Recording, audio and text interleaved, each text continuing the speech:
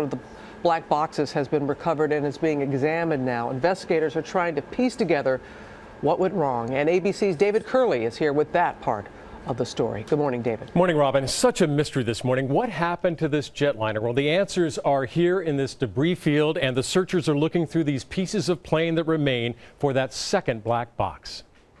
Puzzling. A jet at the safest part of flight starts diving. What happened in those moments? Why didn't the pilots ever radio trouble or a mayday? From its Barcelona takeoff all the way to 38,000 feet, nearly 45 minutes into the flight, everything is normal.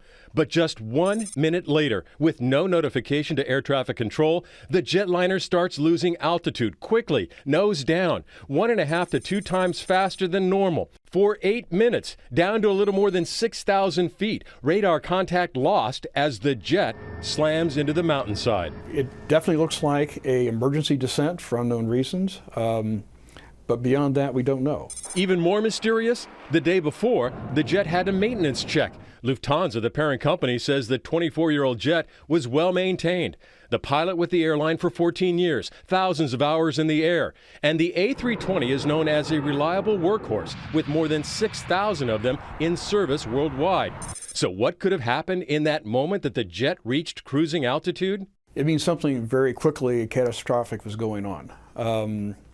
We don't know the build up to that. Things that come to mind to me are a rapid decompression for some reason or a fire on board. In a rapid decompression, there is a lack of oxygen. The pilots could have become incapacitated.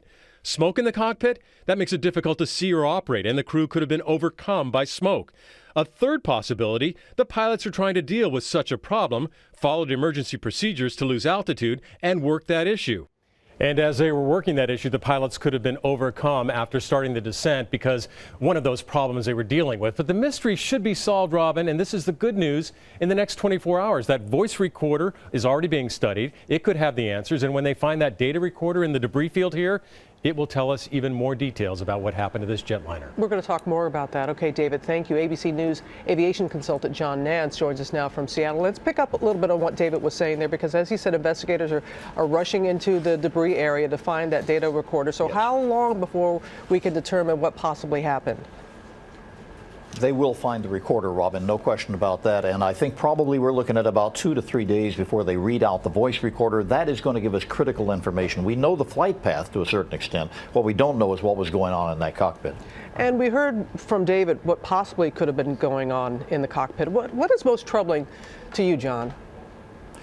Two things. Number one, if they were going to start an emergency descent, one of the most important aspects of that is to talk to air traffic control, because you're descending right into oncoming air traffic. And the pilots know that. They changed the course 15 degrees off their course, which is exactly what you would do in an emergency descent.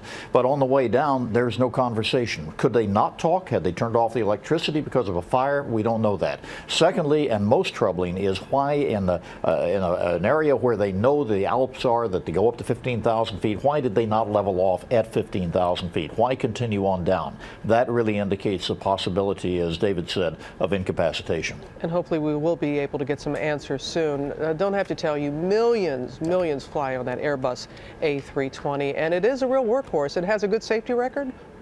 Oh, yeah. It has a great safety record. I mean, it is right up there with the Boeing 737. I think there are about 6,000 of them operating around the world. There are 5,000 more on order. This aircraft has been very, very much a boilerplate, high performer throughout the aviation industry, and there's really nothing about it that you would look at and say, well, this is a marginal airplane. It's very trustworthy. I'm on one at least 2 times a week. All right, John, as always, we appreciate your insight. Thank you. It's incredible to think of those families on board for 8 minutes that descent, Robin. Thanks.